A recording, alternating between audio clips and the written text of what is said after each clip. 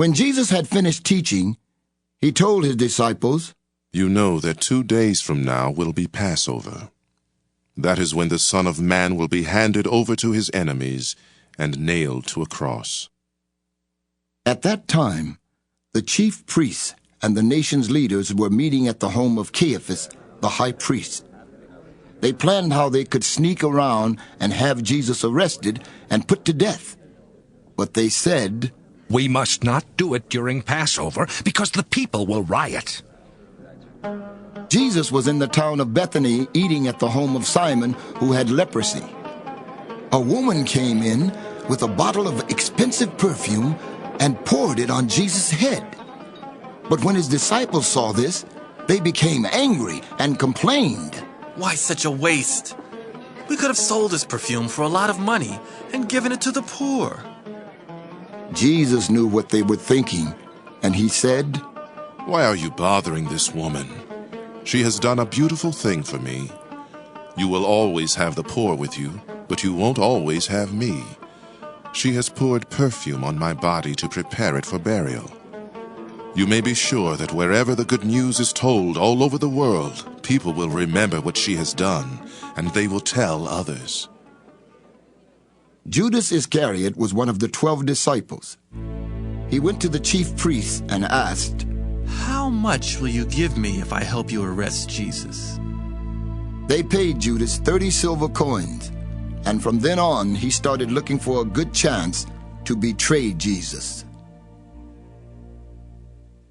On the first day of the festival of thin bread, Jesus' disciples came to him and asked, Where do you want us to prepare the Passover meal? Jesus told them to go to a certain man in the city and tell him, Our teacher says, My time has come. I want to eat the Passover meal with my disciples in your home. They did as Jesus told them and prepared the meal. When Jesus was eating with his 12 disciples that evening, he said, One of you will surely hand me over to my enemies.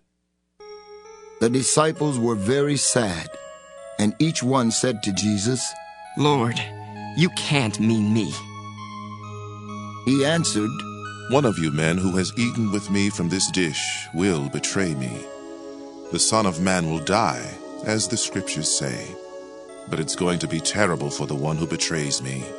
That man would be better off if he had never been born. Judas said, Teacher, you surely don't mean me. That's what you say. Jesus replied, but later Judas did betray him. During the meal, Jesus took some bread in his hands. He blessed the bread and broke it. Then he gave it to his disciples and said, Take this and eat it. This is my body. Jesus picked up a cup of wine and gave thanks to God. He then gave it to his disciples and said, Take this and drink it.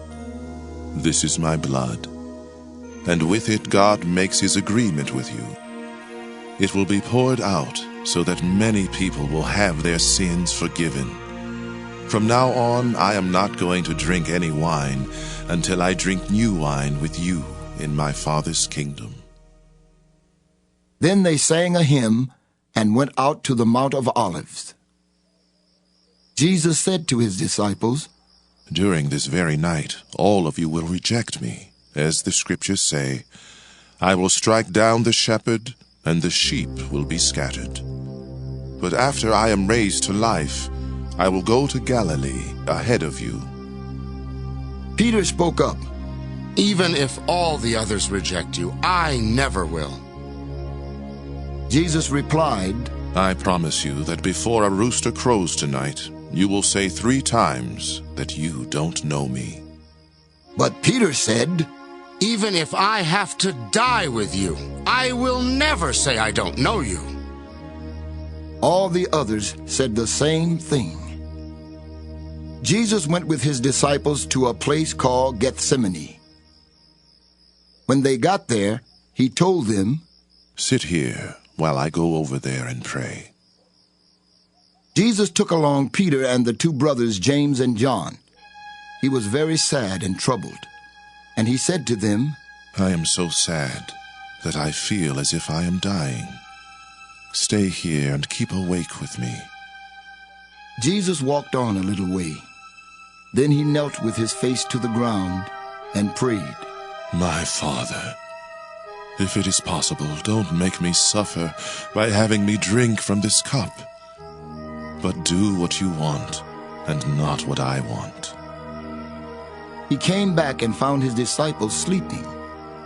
So he said to Peter, Can't any of you stay awake with me for just 1 hour? Stay awake and pray that you won't be tested. You want to do what is right, but you are weak. Again Jesus went to pray and said, My Father, if there is no other way and I must suffer, I will still do what you want. Jesus came back and found them sleeping again. They simply could not keep their eyes open. He left them and prayed the same prayer once more. Finally, Jesus returned to his disciples and said, Are you still sleeping and resting? The time has come for the Son of Man to be handed over to sinners. Get up, let's go. The one who will betray me is already here. Jesus was still speaking when Judas the betrayer came up. He was one of the 12 disciples, and a large mob, armed with swords and clubs, was with him. They had been sent by the chief priests and the nation's leaders. Judas had told them ahead of time, Arrest the man I greet with a kiss. Judas walked right up to Jesus and said, Hello, teacher. Then Judas kissed him. Jesus replied, My friend, why are you here? The men grabbed Jesus and arrested him. One of Jesus' followers pulled out a sword. He struck the servant of the high priest and cut off his ear. But Jesus told him, Put your sword away. Anyone who lives by fighting will die by fighting. Don't you know that I could ask my Father, and right away he would send me more than 12 armies of angels? But then, how could the words of the Scriptures come true, which say that this must happen?